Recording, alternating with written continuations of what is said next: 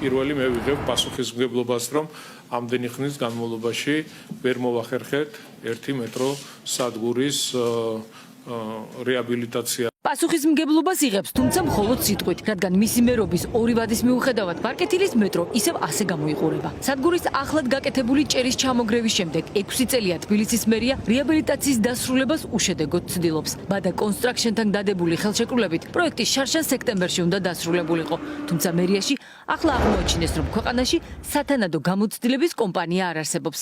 ნაგებობას კი სპეციფიკური ექსპერტიზა სჭირდება. ამიტომ ბიუჯეტიდან 400.000 ლარი კიდევ უნდა დაიხარჯოს. მერია ამტკიცებს, რომ ბელარუსული კომპანია დაიქირავეს. ჩვენ მოგვიწია გარე უცხოელების ექსპერტების ჩართულობა, ვისაც ამ ასეთი ტიპის მეტროსადგურებზე უმუშავია. თქვენ იცით, რომ საბჭოთა პერიოდში აშენებული არის თბილისის მეტრო, გავაფორმეთ ხელშეკრულება ბელარუსულ კომპანიასთან პრობილდ ექსპერტი და მიმდინარეობს რკინა-ბეტონის კონსტრუქციების სრული კვლევა. ხელშეკრულება პრობილდ ექსპერტთან უკვე გაფორმებულია. კომპანიამ ექსპერტიზა და პროექტირება 6 თვეში უნდა დაასრულოს. მერის მტკიცების მიუხედავად, რეესტრის ამონაწერით ის გასულ წელს დაფუძნებული ქართული შეფესია. ოფიციალური დოკუმენტებით ბელარუსთან კომპანიას მხოლოდ დამფუძნებლების მოქალაქეობა აკავშირებს. ეს არის საქართველოში რეგისტრირებული კომპანია და იმის მაგივრად, რომ კალაძე წასულიყო მოეძებნა ევროპულ ქვეყნებში კარგი საექსპერტო კომპანია, რომელიც დაძლევდა ამ პრობლემას და მინიმუმ კარგად მაინც შეისწავლიდა, როგორ უნდა გაკეთდეს რეაბილიტაცია ვარკეთილის მეტროს ჭერის. ამის მაგივრად კახა კალაძემ იპოვა ბელორუსული კომპანია და არც არის ბელორუსული კომპანია, ბელორუსების მიერ დაფუძნებული კომპანია არის. ასე რომ კალაძე ძალიან ბევრს გვატყუებს აი ამ დეტალებში. მერიაში ვიკითხეთ, რა გამოცდილების საფუძველზე შეარჩიეს 1 წლის დაფუძნებული შეფესე, თუმცა პასუხად გვირჩიეს კახი კალაძის განცხადებით გვეხელმძღვანელა. ჩვენ შეკითხვას პასუხი კომპანიის ვებგვერდზე განთავსებულმა ინფორმაციამ გასცა, სადაც პარტნიორებს შორის ბადა ჯგუფის ლოგო აღმოვაჩინეთ.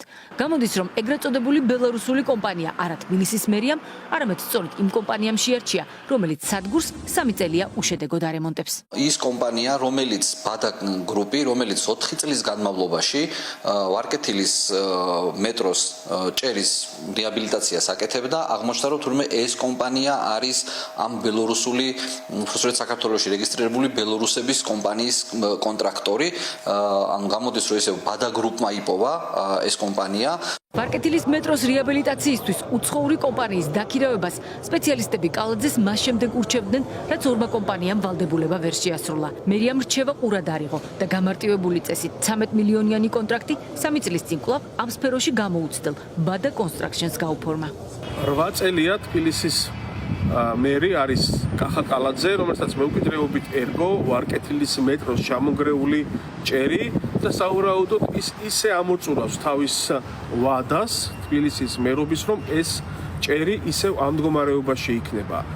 ქალაქის მერი, რომელიც წელიწადში მილიარდ ლარზე მეტს ხარჯავს და მისი ბიუჯეტი, თბილისის ბიუჯეტი არის მილიარდ ლარზე მეტი, რომელიც თავარი პრიორიტეტი იყო სწორედ მეტროპოლიტენის განვითარება, საზოგადოებრივი ტრანსპორტის განვითარება. კალაძის დაპირებით ვარკეთილის სადგურის რეაბილიტაცია შემოდგომაზე უნდა დასრულდეს. ბადა კონსტრაქშენი კი, რომელმაც ვადები ერთხელ უკვე დაარღვია, მერის ინფორმაციით პროექტში კვლავ რჩება და ექსპერტიზის შემდეგ სამუშაოებს გააგრძელებს.